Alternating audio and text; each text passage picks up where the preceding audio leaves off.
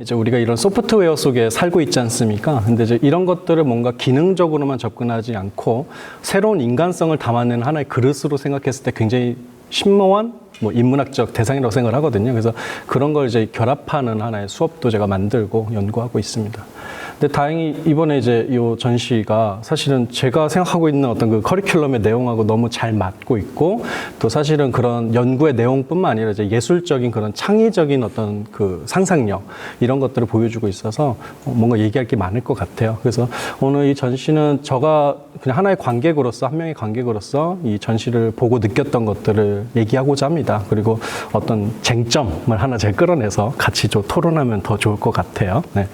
그래서 제목을 9천을 떠도는 네트워크 유령 되게 재밌게 졌는데 그냥 재미만 있을 뿐입니다. 오늘 얘기를 좀 그냥 소박하게 시작하겠습니다. 최근에 이제 페이스북에서 이제 내부 폭로가 있었죠. 직원 하나가 사실은 이 페이스북 알고리즘 안에서 인간들, 그리고 페이스북 말고 이제 이 인스타까지 포함해서 같은 회사니까 이제 사람들에게 어떤 영향을 끼치는가에 대해서 사실 내부 실험들을 굉장히 많이 했다고 합니다.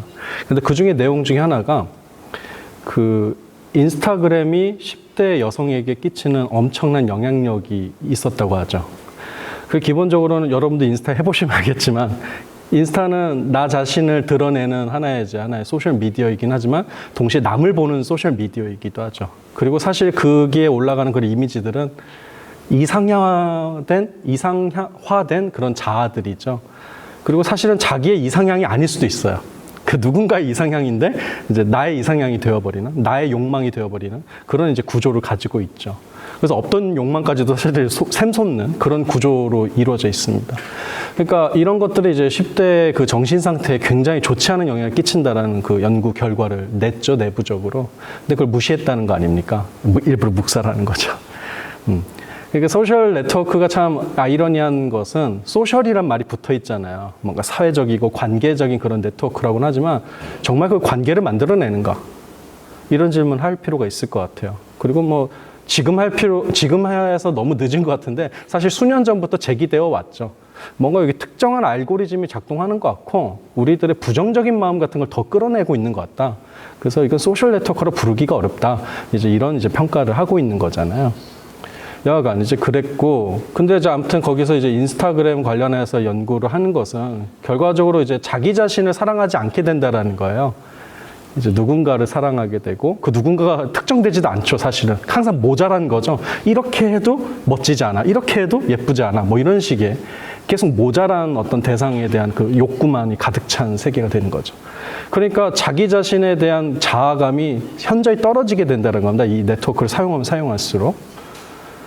참 이게 아이러니한 겁니다. 한 30년 전에 이런 인터넷이라는 게 처음 이 세계에 등장했을 때는 정말 많은 컴퓨터 공학자들과 이런 운동가들이 이 공간에서는 무엇이든 우리가 될 수 있기 때문에 이 네트워크의 어떤 공간 위에서 우리는 민주적이고 더 자유로운 존재, 더 창의적인 존재가 될 거라고 예상을 했었거든요. 근데 전혀 안 맞죠. 오늘날의 이 네트워크의 현상은 우리를 더욱더 지옥 같은 삶으로 이끌어가고 있습니다. 그리고 그때 여러 가지 얘기했던 논리 중에 하나는 멀티 페르소나. 그러니까 내가 이런 것도 될 수 있고 저런 것도 될 수 있고 익명화된 개인이기 때문에 굉장히 변할 수 있잖아요. 우리가 이론상으로는 그렇죠. 멀티 페르소나 멋진 말이죠. 근데 지금은 어떻습니까? 그 페르소나에 오히려 갇혀 있습니다. 심지어 나로부터 기인한 페르소나도 아닌 것 같습니다. 누군가의 페르소나에 내가 속박되어 있는 게 되죠. 그래서 사실은 페르소나로 활동하고 있는 게 아니라 페르소나를 숭배하고 있는 것에 가깝다는 생각이 듭니다. 이게 맞는 말 같지 않습니까? 저도 사실 그렇습니다. 저는 페이스북 정도를 하는데, 페이스북에 이렇게 제가 주로 올리는 어떤 타임라인이 있고, 저의 어떤 고유한 성격을 드러내는 그런 흐름들이 있는데, 거기에서 벗어난 저도 용납이 안 되는 게 가끔 있습니다. 그러니까 저도 관리를 하는 거죠. 이미지를 관리하는 거죠. 소위 말하자면. 그래서 사실은 페북에 올려져 있는 저의 또 다른 인격과 여기에 있는 저의 인격은 유격이 좀 있습니다. 격차가 있고. 근데 무엇이 더 우위에 있느냐 이런 문제 이전에 사실 그걸 더 숭배하고 있다는 게 문제죠. 여러분 아무튼 그렇지 않을까?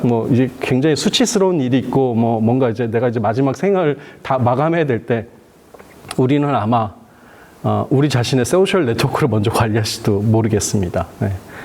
그래서 이제 아바타가 나의 가면이 아니라 사실 내가 아바타의 가면이 되는 그런 역전적인 순간들이 지금 와버렸고, 그래서 이번 이 전시는 그런 어떤 이 뭔가 악화된 그런 네트워크에 대한 얘기를 굉장히 풍자적으로 많이 담고 있는 것 같습니다.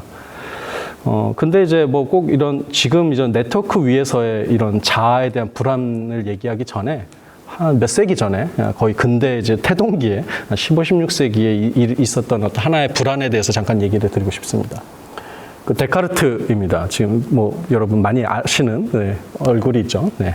데카르트의 유명한 말이 뭐죠? 나는 생각한다, 고로 존재한다 있지 않습니까? 근데 이걸 사람들이 생각보다 좀 잘 오해하고 있다는 제 생각이 들었습니다. 그러니까 이거 원전을 읽어보면은 좀 느낄 수 있는 부분인데, 이제 읽지 않고 이제 요약된 것으로 읽고, 또 이제 데카르트의 코기토를 이제 근대성의 어떤 그런 광명의 시작, 인간 이성에 대한 어떤 확신에 대한 시작으로 이제 포장하는 바람에 드러나지 않는 건데, 사실 데카르트가 이런 생각을 할 때 상황이 뭐였냐면, 이 어떤 그 추운 겨울밤에 선난로 앞에서 이 생각을 하는 겁니다. 내가 누구지? 이렇게. 나를 나라고 확신할 수 있는 게 도대체 뭐지? 이렇게 질문하는 겁니다. 그래서 감각이다. 근데 때로는 팔이 잘린 환자는 이 팔이 있다고 생각을 합니다. 환각을 겪기도 하죠. 그리고 이 환각은 때로는 진짜 감각인지 뭐 환각인지 구분이 안 될 때가 있다라는 거죠. 그래서 데카르트가 기각합니다. 그 감각에 대한 그 확신성을. 이거는 환상일 수도 있고, 이 환상을 내가 어떻게 믿느냐? 그러면 예를 들어 뭐 이름 같은 거? 이름은 내가 줬습니까? 그렇지 않죠. 누군가 아버지, 어머니가 지은 것이죠. 내가 태어나기도 전에 지어진 것이죠. 아니면 뭐 내가 속해 있는 어떤 그런 뭐 신분들? 신분도 내가 만든 게 아니에요. 나를 나라고 말할 수 있는 것은 아니라고요. 사실 나로부터 기인한 게 아니라 나 이전으로부터 기인한 것이죠. 그러니까 이 데카르트의 생각에는 성이 안 차는 것이죠. 나를 나라고 확신할 수 있는 근거가 별로 없다고 생각을 한 겁니다. 그리고 이 시기에는 왜 이런 생각을 하게 되냐면, 이게 이제 중세적인 그런 어떤 풍요로운 어떤 신의 품으로부터 벗어나는 시기였기 때문입니다. 그러니까 이제 신적인 권위로부터 탈출하긴 했죠, 인간들이. 그래서 인본주의적인 어떤 상상력을 펼쳐내잖아요. 그러나 동시에 뭐예요? 고아가 된 겁니다, 신 앞에서. 과거에는 내 소속을 물어볼 때 신이 날 보살핀다라는 감각이 있고, 그래서 나에 대해서 질문하지 않습니다. 왜 나한테 질문합니까? 여기에 대해 질문해, 초월자에 대해 질문하지? 그래서 이 소속에 대한 불안이 별로 없었다는 거예요, 생각보다. 여러분 생각보다 중세를 암흑기로 생각하시는데 그렇지 않습니다. 중세 사람들이 생각보다 잘 먹고 잘 살았다는 그 기록도 많습니다. 그리고 뭐 마녀 사냥 같은 거는 중세 끝자락에 일어난 것이지, 아무튼 우리가 생각하는 만큼 그렇게 막 디스토피아적인 세계가 아니에요. 오히려 이런 이제 신분과 불안에 대한 문제로 생각하면 오히려 맘 편히 살 수 있는 어떤 세계관을 가졌던 시기이기도 하죠. 근데 아무튼 거기서 벗어났단 말이에요. 그러니까 이제는 나를 나라고 말해야 되는 거예요. 나한테 물어봐야 되는 거예요. 저는 누굽니까? 이렇게 질문한 게 아니라 거울을 보고 넌 누구니? 난 누구니라고 질문해야 되는데, 생각보다 확신할 수 있는 게 별로 없는 거예요. 그래서 데카르트가 계속 질문합니다. 나를 나라고 할 수 있는 게 거의 없는 것 같다 하면서 절망해버리거든요. 근데 그 순간에 깨닫습니다. 근데 지금까지 질문한 나는 누구지? 그러니까 이렇게 질문한 사람은 누구지? 이것만큼은 질문할 수 없다. 의심할 수 없다. 의심을 하는 나를 의심할 수는 없다. 라고 갑자기 생각한 거예요, 마지막에. 갑자기 반전이 일어나는 거예요. 그래서 이 놀라운 코기토를 발견하는 겁니다. 발설하는 겁니다. 나는 생각한다, 고로 존재한다. 그래서 이 문장은 잘 읽어야 되는 게, 생각한다가 이렇게 내가 생각한다, 의식한다, 이런 어떤 안정적인 그런 의식화가 아니라 되게 불안정한 의미의 의심에 가까운 것입니다. 그래서 나는 의심한다, 그래서 간신히 존재한다, 이렇게 풀어서 읽는 게 좋습니다. 이 얘기를 드리는 이유는 우리가 현재 겪고 있는 일종의 불안들이 있는데, 이 불안은 사실 근대성에서부터도 시작되어 왔다는 거예요. 그래서 겨우 건져낸 그 자기 자신의 확산성이 뭐예요? 나는 생각하는 존재이니까 여기서부터 시작하자라는 앙상한 존재론이라는 거죠. 근데 이제 지금은 어떻습니까? 우리들의 현 시대는 이 생각한다라는 것 자체가 또 동시에 의심받는 시간이 와버린 것 같아요. 그래서 조금 이제 미래 얘기지만, 예를 들어 이런 걸 잘 다루고 있는 작품이 공각기동대라는 작품입니다. 이 공각기동대 보셨나요? 95년 작품인데 거의 이제 컬트 클래식이 돼버렸죠. 근데 나중에 한번 보십시오. 그 영어권으로 유튜브를 잡아놓으면 유튜브에서 사실 공짜로 풀어놨습니다. 그 번역기 돌려가지고 그냥 바로 봐도 되고요, 공짜로. 아주 좋은 품질을. 아니면 그냥 일반적으로 보셔도 금방 구할 수 있습니다. 아무튼 이 작품이 처음 시작할 때 이런 얘기를 한다고요. 자막이 떠요. 기업의 네트가 별을 뒤덮고 전자와 빛이 우주를 흘러다니지만 뭔가 되게 전자화된 그런 세계라는 거죠. 국가나 민족이 사라지지는 않았던, 그러나 이제 뭔가 소속감은 사라진, 정보화되어 있지 않은 그런 이제 가까운 미래다. 지금 우리랑 거의 비슷합니다, 사실은. 이 95년에 여기서 얘기한 시기가, 그러니까 지금 우리가 뭐 한국민이다라는 거, 아니면 뭐 어디 산다라는 거, 아니면 어디 고등학교 출신이다, 어디 학교 대학교 출신이다, 이게 그렇게 우리 사회에 중요한가요? 중요하지 않습니다. 실제로 별로 효력이 없다라는 의미에서 중요하지 않습니다. 근데 가끔 이렇게 질문할 거예요. 아니, 저기 뭐 예전에 뭐 고려대 잠바 입고 막 갑질한 사람도 있고, 뭔가 오히려 그런 걸 되게 좋아하는 사람이 많아지지 않았냐, 이렇게 질문을 할 수 있는데, 그건 오히려 지금 그게 효용이 없다라는 뜻이기도 합니다. 효용이 없으니까 더 입고 다니는 거예요. 소속감을 뭔가 얻기 위해서. 사실 남들은 다 비웃고 있는데 혼자 막 소속을 뭔가 만들어서 입고 다니는 거죠. 그래서 뭐 국가나 민족이라든지 뭐 이런 학연 지연이라든지 이런 것들이 우리를 그렇게 단단하게 잡아주지 못하고 있습니다. 그리고 더더군다나 이런 게 이제 가속화되는 이유는 직업 때문에 그렇습니다. 예를 들어 지금 여기에 계신 분 중에서 나는 뭐뭐다라고 말할 수는 있지만 앞으로도 뭐뭐다라고 말할 수 있는 사람 생각보다 별로 없습니다. 왜냐하면 계속해서 뭐 직업이란지 먹거리, 뭐 내가 일할 거리들이 계속 변하고 있고, 뭐 정규직, 뭐 평생 보장된 경우 별로 없고요.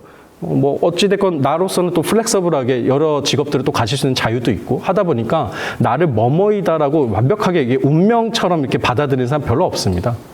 근데 동시에 이것은 불안함이기도 하죠. 나는 목수다, 나는 농부다, 나는 뭐 엔지니어다. 사실 이런 거 굉장히 확연한 그 정체성을 부여합니다. 나는 교사다. 사명감도 생기고 의지도 생기죠. 그런데 지금처럼 이렇게 프리카리아트, 이게 불안정한 주체들이 이제 늘어난 시기에서는 이렇게 말하기가 어렵다는 거죠. 심지어 임시적인 거죠, 항상 말할 때. 그러니까 내가 나라고 말하기 어려운 것들이 너무 많아졌어요. 그러니까 데카르트 시대보다 더 지금 어려워진 거예요. 그때는 그래도 어찌됐건 국가나 민족이 이제 태동하기 전이고 오히려 그런 것들이 강력하게 이제 포박된 그런 시기가 있었고, 근데 지금은 이제 그런 것들이 무화되고 네트워크에서 이제 익명으로 된 그런 프로필을 위해서 우리가 활동하는 정도의 이게 나의 정체성의 모든 게 되는 거잖아요. 그래서 뭐냐, 프로필을 더 숭배하고 있는 겁니다. SNS 위에 이것밖에 없다, 이것만이 나를 보장한다라는 그런 강한 어떤 그런 집착의 지금 시대에 놓여 있는 것이죠. 그래서 요 공각기동대 보면 중간에 그런 에피소드가 있잖아요. 그게 어떤 한 청소부인데 이제 전내 해킹을 해가지고 기억을 심어버리죠, 아예. 그래서 자기 자신이 딸이 있는 줄 알고 혹은 뭐 이런 뭐 저 반려견이 있는 줄 알고 막 착각하고 있고, 그래서 테러리스트가 되는 얘기도 있고, 뭐 주인공 쿠사나기 소령 자체도 사이보그화 돼가지고 사실 내가 원래 그 전에 성별이 뭐였는지도 모르겠다라고 얘기를 하죠. 그리고 사실은 내가 이게 뭐 이제 두뇌만은 살아있는 것인데 지금 사이보그라서 사실 이것조차도 뭐 조작을 통해서 썩어가고 있는 게 아닌가, 뇌 자체는 그냥 여기서 전기적 자극으로 나라고 지금 신호를 보내고 있는 거 아닌가, 그렇게 근본적으로 의심합니다. 그러니까 데카르트 의심보다 훨씬 더 심각한 존재 불안을 겪고 있죠. 그래서 그 공각기동대가 상당히 심오한 철학서 같이 보인다는 게 이 주인공들이 다 불안에 빠져 있어서 그렇습니다. 근데 이거는 아무튼 그래도 어찌됐건 사이보그라든지 뭐 마인드 업로딩 기술 같은 게 등장하는 거기 때문에 아직은 우리의 시대에 도달한 미래 같진 않지만 거의 유사한 미래죠.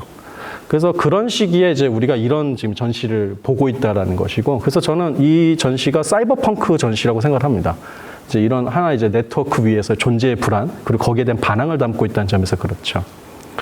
그래서 나는 누구인가라는 질문을 할 수밖에 없는 시대고, 나를 강하게 붙잡지 않는, 붙잡을 수 있는 근거가 없는 시대에 대한 풍자로 보이고, 예를 들어 김희욱 작가의 그 소울폼이 지금 이제 오른쪽에 지금 저기 설치되어 있는 저 작품 같은 경우는 계속 이제 건강한 자기 자신을 찾으세요. 아니면 중간에 보면 그 설문지 하는 것도 있죠. 우리들 성격을 막 이렇게 분석하는. MBTI 많이 하시죠, 요즘. 네. 근데 저는 그것도 좀 문제적 현상이라고 생각해요. 그러니까 옛날에 혈액형 정도로 이제 자기 자신을 파악하던 게 굉장히 이제 한 64개 정도의 이제 선택지로 이제 나를 파악하는 건데 굉장히 좋아합니다. 막 물어보잖아요. 처음 만난 사람한테 이름도 물어보고 MBTI 뭐세요라고 물어보죠. 그게 뭘까? 그 아마 상대에 대한 어떤 파악을 하기 위한 하나의 놀이같이 느껴지기도 하지만 동시에 나 자신이 무엇인가에 대해서 이런 방식으로 드러낸다는 겁니다. 성분과 어떤 뭐 구별로서. 그러니까 이런 것들에 우리가 괜히 좋아하는 게 아닌 거죠. 어떤 불안함 때문에 그런 것이죠. 그래서 이 소울포미는 아주 직접적으로 나란 누구인가가 굉장히 불안한 시대라는 걸 지금 증언하고 있다는 생각이 듭니다. 아니면 여기 앞에 이제 몰리소다의 작품, Me and My Girls. 이것도 제목 자체가 굉장히 문제적이죠. 나와 나의 소녀들, 뭐 혹은 나들, 뭐 이런 거잖아요. 제목을 번역하자면. 그래서 수많은 유튜버로 자기가 활동하고 있고, 뭐 페이크이기도 하고 실제로 하기도 하고, 그래서 정말 다양한 인격들을 여기다가 지금 분화시켜 버리죠. 과연 저 중에서 그 가운데 있는 나라는 건 존재할까? 여러분 이 방에 들어가셨지만. 그렇지 않죠. 그래서 그런 혼란함 같은 걸 담은 것 같아요. 아니면 시웬카이의 이제 이 작품, 사랑은 싫지만 너를 사랑해. 뭐 사람은 싫지만 너를 사랑해. 이거 보면 계속해서 저 사람이 I hate you, I love you 막 이러잖아요. 네. 그러니까 뭐랄까 조울증에 빠져 있습니다. 저 인공 객체는 뭔가 끊임없이 자기 자신을 인정받으려고 하지만 동시에 두려워하고 있죠. 이게 우리들의 지금 현재 소셜 네트워크 위의 감정 아닐까요? 네. 좋아요 몇 개나 눌렀나, 누가 얼마나 나를 지금 존중하고 있나가. 굉장히 거기에 중요하게 생각을 하죠. 이걸 뭐 어떤 사람들은 이제 한국인의 종특이다 이렇게 생각하는 사람도 있습니다. 뭐 한국인들 워낙 존중받아본 경험들이 없다 보니까 이런 소셜 네트워크에서 특히나 인정투쟁을 많이 한다 이런 생각을 하는 사람도 있는데 뭐 그것도 맞는 것 같고요. 한편으로는 이제 그런 성격이 이런 이제 네트워크 위에서 굉장히 가속화되고 있다는 생각이 듭니다. 나예요, 나 좀 봐주세요 이런 거죠. 그걸 이제 이런 게 이제 발달하다 보면 뭐가 일어납니까? 관종들이 이제 등장하게 되는 거죠. 관심을 받아가지고 그 관심 에너지를 뭔가 이제 자기의 이익으로도 또 이렇게 전환할 수 있는 그런 이제 하나의 새로운 형태의 경제가 등장하게 되는 것이죠. 그래서 관종 경제는 관심을 끌어모으는 경제인데 사실은 관심받지 못하기 때문에 오로지 그 관심밖에 나의 정체성을 구성할 수 있는 것이 없기 때문에 그런 하나의 열정과 리비도를 끌어모으는 그런 하나의 시스템에서 등장한 기이한 물건이라고 저는 생각을 합니다.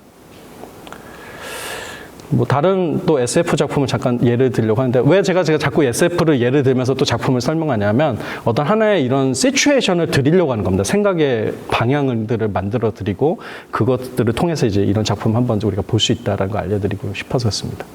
그 뉴 로맨스라는 작품이 있습니다. 이 작품이야말로 이제 사이버펑크의 효시죠. 우리가 이제 흔히 말하는 뭐 매트릭스, 아까 공각기동대 전부 다 이 작품의 영향을 다 받았습니다. 요소 전부 다 카피한 것도 많고요. 지금 이 작품으로 아직도 벗어난 작품이 없어요. 뉴로맨서로부터. 이 작품은 기본적으로 사이버 해커에 대한 얘기입니다. 그래서 케이스라는 친구가 이제 여기에 있는 나의 육체를 굉장히 증오해요. 아주 싫어하고요. 근데 이 사이버 공간 안에서의 그 자유로운 해커 활동을 너무나도 아주 요원하게 뭐라 해야지? 요청하고 있는 해커죠. 근데 아무튼 중간에 이제 해커 라이센스가 정지당해가지고 들어갈 수 없게 되니까 거의 미치기 일보 직전에 있습니다. 근데 이제 우연한 어떤 사건에 의해서 이제 다시 한번 그 네트워크로 다이빙할 수 있는 기회를 얻거든요. 그러면서 이제 겪게 되는 하나의 음모와 뭐 그런 얘기예요. 그 다음부터 이제 액션 영화 같은 것인데 여기에 보면 이제 딕시 플랫9이라는 해커가 등장해요. 이 딕시라는 이제 전설적인 해커가 있는데 그 해커가 이제 모종의 이제 해킹 사건 때문에 뭐 충격을 받아가지고 이제 죽기 직전에 된 거예요. 근데 이 사람이 그 상황에 놓이자 이 사람의 그 해킹 능력을 사용하고 싶었던 이제 무리가 그 사람의 이 인격을 이제 마인드 업로딩 해놓은 그 롬을 탈취하게 됩니다. 탈취해서 살려버려요. 그래서 영원히 살게 만들어버립니다. 그리고 이 사람은 마음대로 못 죽은 거예요. 나 죽고 싶은데 그냥 내 정신 상태를 그대로 복원해서 컴퓨터 안에다 집어넣어버렸으니까. 그리고 이제 네트워크에서 시키는 그런 불법적인 일들을 시키게 되는 거죠. 처음에는 가담하지만 나중에 일들을 이제 다 수행하다 보면 제발 나 삭제해줘 이런다고요. 자기 자신을 날 죽여줘라고 말해주는 것이죠. 그러니까 잊혀지지 않는 겁니다. 근데 여기에 대한 은유는 우리가 요즘 많이 보고 있죠, 솔직히. 우리들의 과거들 아니면 어떤 불법적인 영상들 이런 어떤 기록들 지우기가 너무 어려지죠. 그래서 잊혀질 권리, 자유 이런 것들에 대해서 이제 논의하기 시작하잖아요. 근데 그런 얘기를 사실은 이 작품 안에서는 딕시 플랫9으로 사실 잘 보여주고 있다고 생각합니다. 왜 플랫9이냐면 우리 병원에서 산소호흡기 같은 거 떼면은 여기 심박수가 이렇게 쫙 이렇게 일자로 그어지잖아요. 삐 하잖아요. 이게 죽었다는 뜻이에요. 딕시 플랫라인이. 죽은 자지만 영원히 사는 것이죠, 이 세계에서. 그래서 아무튼 탈취당하기 쉬운 어떤 데이터 상의 우리들, 그리고 영혼들에 대한 하나의 이제 은유처럼 보이는데, 이런 작품, 이런 문제의식을 이제 예를 들어 손드라 페리라든지 김효재 작가가 잘 보여줬던 것 같습니다. 위에서 작품 보셨겠지만, 이제 It's the in the game 이 같은 경우는 이제 자기가 이제 선수인데 그 선수 정보 데이터를 마음대로 게임 속에다 집어넣은 사건이잖아요. 이제 협회가 이제 마음대로 꿍꿍이 했겠죠. 뭐 그 거액의 돈을 받았지만 또 이렇게 뿌려주지 않고 그냥 무단으로 이제 게임에 등장하게 만드는 거죠. 과연 이건 근데 어떻게 봐야 될까? 이걸 그냥 예를 들어 뭐 나에 대한 저작권, 뭐 초상권 같은 거를 침해받은 것으로만 이해될까? 아니면 여기에 그 선수가 느꼈던 정말 그 당혹감. 내가 분명히 있어 여기에. 그리고 내 데이터야 심지어. 그리고 그 데이터가 그 안에서 물리적으로 작동을 해. 왜냐하면 그 키라든지 뭐 힘이라든지 뭐 이런 것들이 다 작동해서 게임적 개체가 되는 거니까 그럴 때 내가 느끼는 그 소외감은 무엇일까라는 거죠. 단순히 나한테 뭐 저작권료를 안 줬다라는 그런 문제는 아닌 것 같아요. 저 작품 잘 보면은 뭔가 그런 근본적인 소외감에 대한 얘기를 잘 끌어내고 있는 것 같습니다. 그러니까 이 소외가 참 재밌는데 우리가 이제 산업혁명 이후로 소외당하고 있지 않습니까? 기계에 의해서. 기계의 과도한 힘에 의해서 소외당하고 있기도 하고 아니 우리 스스로가 이제 기계를 모르기 때문에 소외당하기도 하는데 또 다른 소외가 일어나는 것 같아요. 수량화된 우리들, 수량화된 데이터들은 탈취하기가 너무 쉽다는 점에서 나와 이제 이 정보 간의 소외를 일으키죠. 그냥 우리를 마음대로 끌어당겨서 쓰기는 어렵잖아요. 물리적인 우리들은. 그런데 데이터화된 여러분들은 끌어당겨서 쓰기가 너무 쉽죠. 그러니까 이게 이제 코로나 때문에 우리가 점점 더 이제 많은 네트워크 위에서 생활들을 하게 되는데 아직까지는 문제가 드러나지 않는데 사실은 굉장히 큰 문제들이 많아요. 예. 이런 이제 네트워크 위에도 우리가 우리의 정보를 계속해서 개방하고 있기 때문에 그것이 어떻게 사용되고 있는지 지금 모르고 있습니다. 그래서 올해 초에 그 이루다 사건이 있지 않습니까? 이루다 챗봇이 우리들의 그 카톡 데이터를 사용해서 학습을 했다라는 건데, 물론 이제 아마 뭐 그래도 최대한 노력을 했겠죠. 뭐 개인 정보를 다 없애고 최대한 이제 그 학습은 하지만 드러내지는 않도록 구체적인 개인이 노력은 했겠지만 그 회사가 사실은 그렇지 않은 흔적들을 우리가 발견했잖아요. 거기서 얼마나 이게 약간 섬뜩합니까? 네. 나는 동의하지 않았는데 그 인격체 언어에 내가 들어가 있어. 부분으로서. 뭔가 이런 섬뜩함은 처음으로 느꼈다고 생각합니다. 그래서 아무튼 그런 탈취당하기 쉽고 영원히 살고 있는 죽지도 못하는 그런 데이터로서의 우리들, 유령화된 우리들에 대한 얘기를 하고 있는 거죠. 김효재 작가의 이 썰도 그렇습니다. 이 작가는 이제 기본적으로 또 이제 유튜버를 패러디하면서 작품을 이제 만들고 있는데 그 내용 자체는 그거잖아요. 일본의 어떤 상점에서 티셔츠를 팔고 있는데 그 티셔츠에 프린트된 게 내 얼굴이야. 인스타에 내가 멋지게 올린 내 얼굴인데 그걸 이제 무단으로 이제 팔고 있고 그래서 항의를 했지만 없앴다고 하는데 도대체 믿을 수가 없는 그런 썰을 이제 풀어내는 페이크 다큐인데 충분히 있을 수 있는 얘기입니다. 있을 수 있는 얘기가 아니라 있는 얘기죠. 실제로 이거는. 이건 굉장히 많은 일이 있고 우리도 그런 짓 많이 저지릅니다. 솔직히 뭐 불법적으로 어떤 이제 티셔츠를 만든다든가 뭐 소스를 갖다 쓸 때 뭐 외국인들의 SNS 많이 뒤져서 갖다 쓰고 하죠. 네. 그리고 그런 사건도 많지 않습니까? 인스타인데 더블링된 경우도 있죠. 남의 인스타를 자기 걸로 그러니까 마치 보여지게 해서 그냥 다운로드해서 자기 걸로 다시 올리는 그런 사건도 굉장히 많죠. 그러니까 우리는 정말 이게 탈취당하기 쉬운 신체로 이제 지금 전이 됐다 이렇게 얘기할 수도 있겠죠. 그래서 이제 유럽에서는 데이터 인권 문제를 얘기를 하는데 이게 정말 본격적으로 얘기를 빨리 해야 될 것 같아요. 하지 않으면 이런 어떤 공감대나 윤리적인 문제가 이제 형성되기 전에 사건이 더 많이 터지고 한 번 터진 이상은 이제 주워 담기가 쉽지 않거든요. 근데 아무튼 이 두 작품은 이 마치 이제 새로운 딕시 플랫라인의 시대, 우리가 이렇게 탈취당하기 쉬운 존재라는 것을 우화적으로 보여주고 있다고 생각합니다. 그래서 저는 이렇게 두 가지 정도로 구별을 할 수 있다고 생각해요. 현 이제 네트워크 상의 프로필들, 뭐 수많은 아바타들의 곤란함은 불안하면서 동시에 그것을 숭배할 수밖에 없는 상황이 가장 큰 문제가 되는 것 같고, 또 한편으로는 탈취와 전용이 너무 쉬워진 우리들에 대한 문제라는 거죠. 이 두 가지가 우리가 오늘날 겪고 있는 고통입니다. 고통. 그래서 우리 지금 여기 오신 이제 관중분들은 어떤 이런 이제 문제 설정이 어떤 이제 자기 경험이 있는지 모르겠지만 한번 이 점에서 이제 이런 작품들을 좀 더 강도 높게 이렇게 보아주시면 재밌지 않을까라는 생각이 들어요. 이제 다시 이제 공각기동대의 어떤 결말로 가고 싶은데요. 이 공각기동대 보면 이제 중간에 이제 그런 자기 자신에 대한 불안이 있는데 그걸 해소하는 어떤 계기가 있습니다. 근데 그게 말끔하게 해소되는 건 아닙니다. 인형사라는 굉장히 전지전능한 인공 해커가 등장하거든요. 인형사는 왜 등장했는가 이렇게 질문하니까 인형사가 나는 그냥 정보에 받아서 그냥 태어났다 이렇게 얘기를 해요. 누구의 사주를 받지 않았다. 프로그래밍 된 게 아니라 그냥 데이터, 뭐 프로그램과 프로그램이 엉키면서 자연 발생적인 그런 객체가 된 것이지 난 누구의 노예도 아니다. 이렇게 말을 하거든요.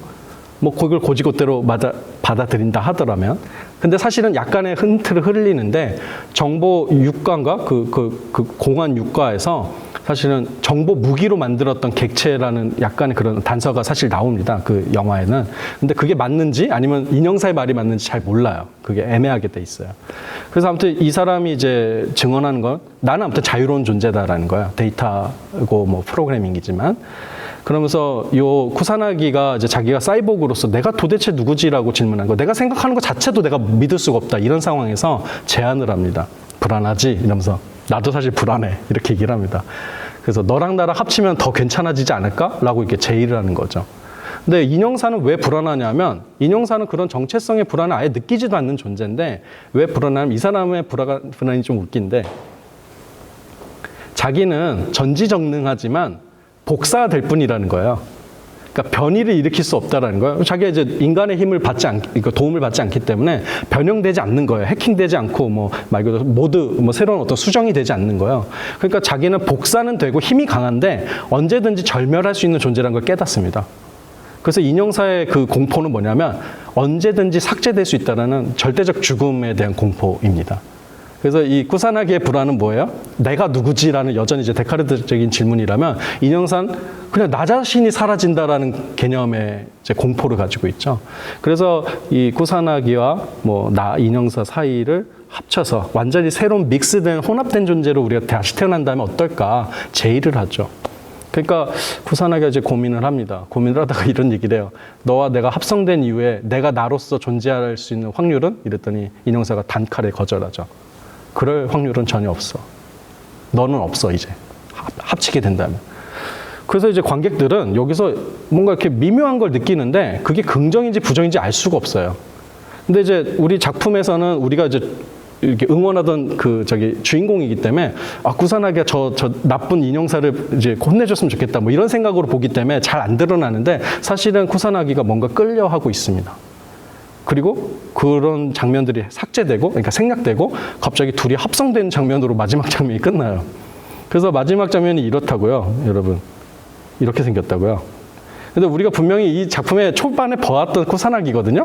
근데 아주 미묘하게 달라요.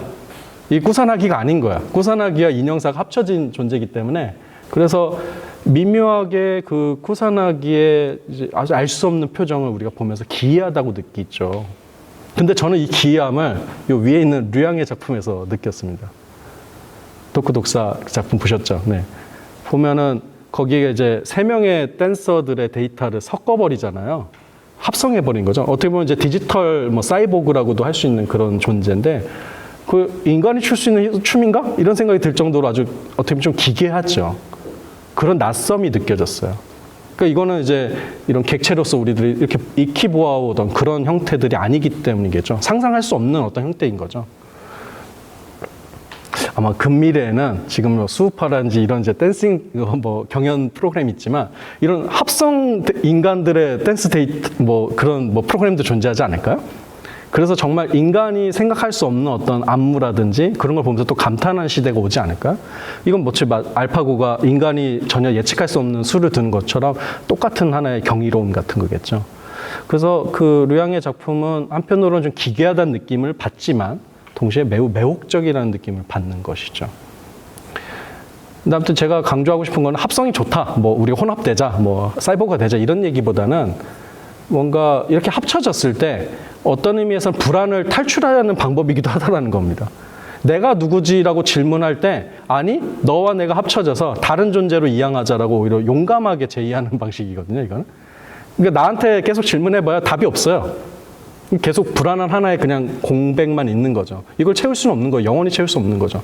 그런데 아예 다른 존재로 가면 어때? 라고 질문했을 때 응해버린 거죠. 그래서 공각기동대라는 작품을 읽을 때 가장 중요한 포인트는 사실은 꾸사나기의 불안이 아닙니다. 꾸사나기의 불안이 아니라 꾸사나기가 그 불안에도 불구하고 아예 다른 존재로 기꺼이 이행하는 그 마지막 순간의 용기 같은 겁니다. 근데 그게 이제 작품에는 연출이 되지 않습니다. 그냥 이렇게 넌짓이 나올 뿐이죠.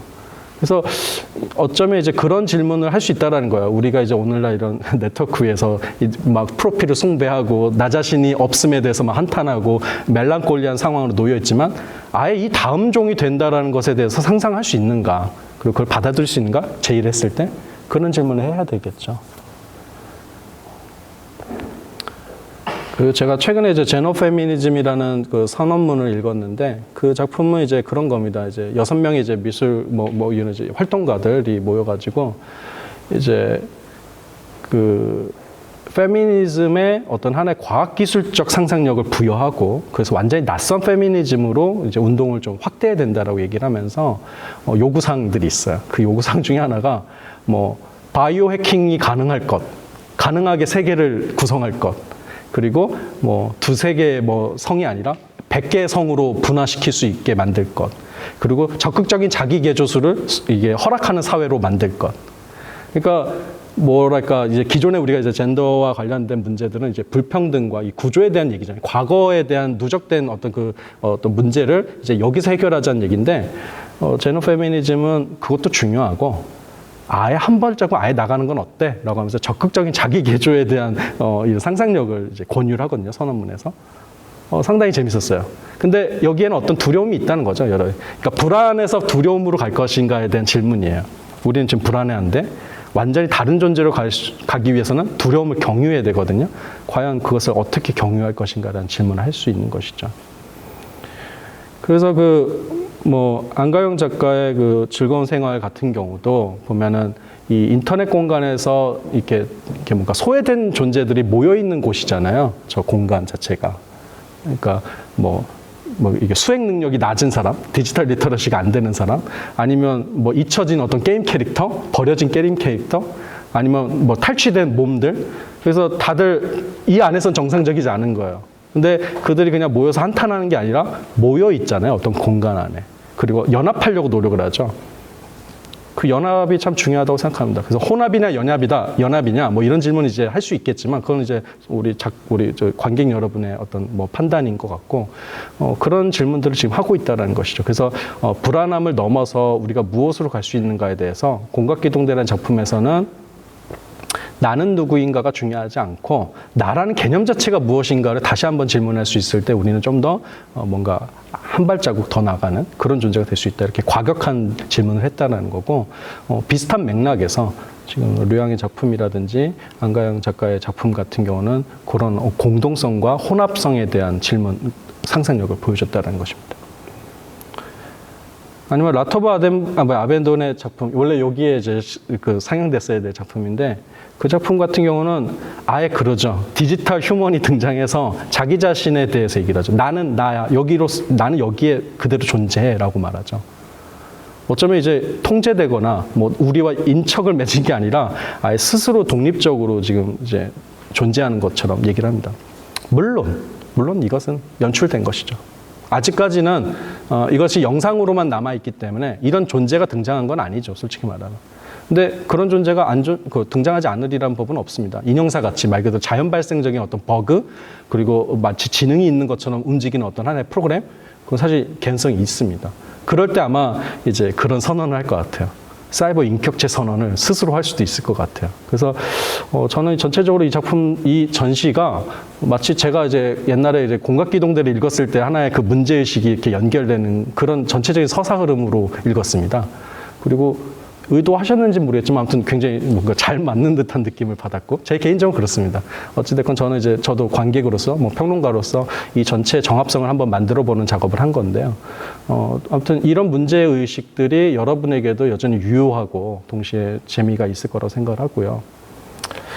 그래서 아무튼 우리가 한 30년 전부터 이런 이제 인터넷을 숭배하기 시작했는데 처음에는 이런 유연한 인격이라든지 다양한 인격에 대한 찬양들이 있었지만 사실 그것은 거짓말입니다. 지금 우리들의 오늘날의 현실은 혼종이 아니라 극종의 세계로 지금 넘어가고 있죠. 그래서 그런 뭐 낭만적인 얘기들은 언제나 좀 잘 안 맞는 것 같아요. 그래서 사실은 비판이 필요한 것 같아요. 풍자와 비판은 언제나 항상 유효합니다. 생각보다. 이게 기본기랑 비슷한데 권투 선수가 정신을 잃어도 이렇게 기본기만 있으면 쓰러지지 않잖아요. 그런 것처럼 우리가 이런 굉장히 이제 변혁기 앞에서 뭐 혼란하잖아요. 여러분 어떤 판단을 내릴 수 없는 지금 한 치 앞을 내릴 수 없는 어떤 상황인데 이때 혼란하더라도 뭔가 풍자와 비판에 대한 이런 태도를 가지고 있다면 제발 쓰러지지는 않을 것 같다는 생각을 합니다. 기본적으로 이제 이런 비판성이 중요하다고 생각하고 그래서 확신성을 향한 이런 집착이 아니라 이런 불안함을 향한 어떤 모험으로 나아갈 수 있는가 이런 질문을 해야 될 것 같고 아니면 더 나아가서 하나의 객체가 아니라 여럿의 객체로서의 나 아니면 혹은 우리까지 우리가 상상할 수 있는가 이런 질문을 할 수 있다고 생각합니다. 어찌됐건 인간은 자기 자신의 경험을 바탕으로 혹은 자기 자신이 본 것을 바탕으로 바깥을 이해할 수밖에 없어요. 그래서 사실 상상력에 한계가 있는 것입니다. 근데 예를 들어 아까 그 독립적인 디지털 객체에 대한 상상력은 사실 우리들 상상력을 넘어가게 돼 있죠. 우리 경험을 넘어갔기 때문이죠. 그래도 여기에 존재하고 예술로서 한번 넌지시 질문할 때 우리들이 이렇게 깨어난다고 생각합니다. 여기에 닿고는 있지만 약간 붕 뜨고 있는 것이죠. 그래서 그 외부에 대한 어떤 상상력을 우리가 한번 자극받을 수 있다 이런 생각이 듭니다. 아무튼 뭐 우리 자신의 이제 이런 존재론적인 문제들만 고민할 것은 아닌 것 같고요. 예를 들어 제가 그냥 바로 방금 전에 이제 캡처를 한 건데요. 그 고 이뮨택 씨 있잖아요. 그 울랄라 밴드의 리더였죠. 그 슈퍼스타 K의 스타죠. 근데 너무 일찍 돌아가셨잖아요. 원래 지병이 있으셔가지고. 근데 지금 이뮨택 씨의 그 목소리를 AI로 합성을 해가지고 공개하겠다라는 프로젝트도 있고, 그 김광석 AI 프로젝트는 이미 이제 가동됐었고. 그리고 제가 알기로는 지금 신해철도 가동되고 있는데 아무튼 저작권 문제 때문에 지금 이제 해결이 안 되는 걸로 알고 있습니다. 기술적으로는 다 풀려 있습니다. 기술적으로는 그냥 이것은 한 3, 4년 전부터 가능한 기술이었습니다. 인공합성, 그러니까 인공지능이 이제 이런 패턴들을 다 학습해가지고 거의 유사한 목소리를 낼 수 있다는 건데 이것의 무서움은 이 죽은 가수가 신곡을 낼 수 있다는 것이죠. 그리고 그렇지 않으면 이렇게 합성하지 않습니다. 응? 왜요? 누구요? 네. 그러니까 이제 이런 그 죽은 자들이 사실은 거의 죽지 않고 다시 태어나고 그리고 오히려 어떤 창작을 하는 시대가 와버린 거죠. 달리전은 여러분 9월 17일 날 오픈했다고 합니다. 이 달리전은 수년 전에도 있었고 지금도 있고 너무나도 이제 아주 많죠. 그러니까 결코 이제 이 존재들이 죽지 않는 존재가 되어버린 거예요, 지금. 그래서 우리 자신의 존재의 불안뿐만 아니라 이미 죽어간 자들의 존재의 불안도 지금 등장하고 있다. 아마 뭐 이걸로 이제 이익 보는 사람은 있겠죠. 뭐 플랫폼 사업자라든지 아니면 어떤 이런 이제 뭐 서비스를 제공하는 사람들은 돈을 벌겠지만, 그리고 뭐 유족들 일부는 이제 저작권으로 돈을 벌겠지만, 예를 들어 이런 거죠. 명예롭게 죽을 권리를 잃어버리게 되는 거죠. 만약에 이뮨택 씨의 저 AI 목소리가 전문가만 다룰 수 있냐? 그렇지 않습니다. 조금만 유출되면 여러분이 마음대로 집안에서 쓸 수 있게 되는 거죠. 그러면 그런 상상할 거 아니에요. 이뮨택이 성악을 했다면 어떤 노래를 했을까? 하면서 이제 뭐 프로그램 안에다 집어넣고 이제 가사를 집어넣고 아니면 내가 만든 노래에다가 집어넣기도 하고 뭐 그건 그래도 뭐 괜찮겠다 싶지만 뭔가 뭐 쇼핑몰의 성으로 쓴다던가 이런 일도 너무나도 가능한 일이죠. 이 악용에 대해서는 우리가 자꾸 생각을 안 하는데 악용에 대해서 바로 생각해 봐야 됩니다. 완전히 타락시키는 거죠. 전락시켜버리는 거죠. 뭐 달리전도 뭐 이 자체는 괜찮습니다. 우리가 명화와 고전에 대한 상상력이니까.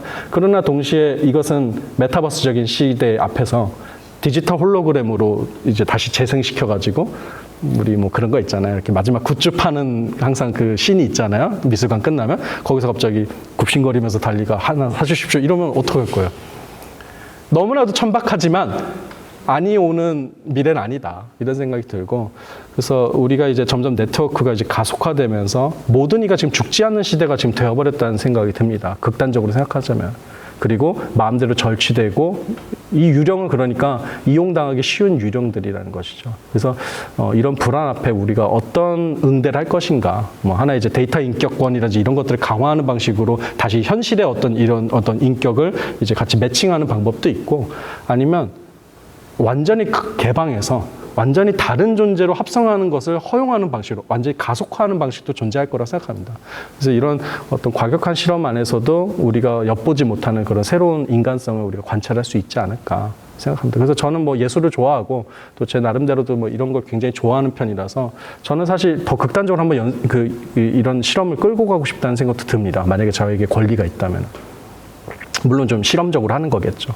저는 아무튼 그런 입장을 가지고 있는데 여러분들은 어떻게 보시는지 모르겠어요. 그래서 지금 우리 이 코리아나 미술관의 이 전시 프로필을 설정합니다는 상당히 좀 독특한 저는 포지션이 있다고 생각하는데 굉장히 현실 반영적이면서도 좀 미래적인 약간 뭔가 애매한 그렇죠. 완전히 미래도 아니고 아방가르드도 아니고 그것도 클래식은 절대 아닌 뭔가 이 가까운 미래를 지금 예지하면서도 비판하고 있다는 생각이 들고 그래서 굉장히 논리적인 그런 전시라고 생각합니다.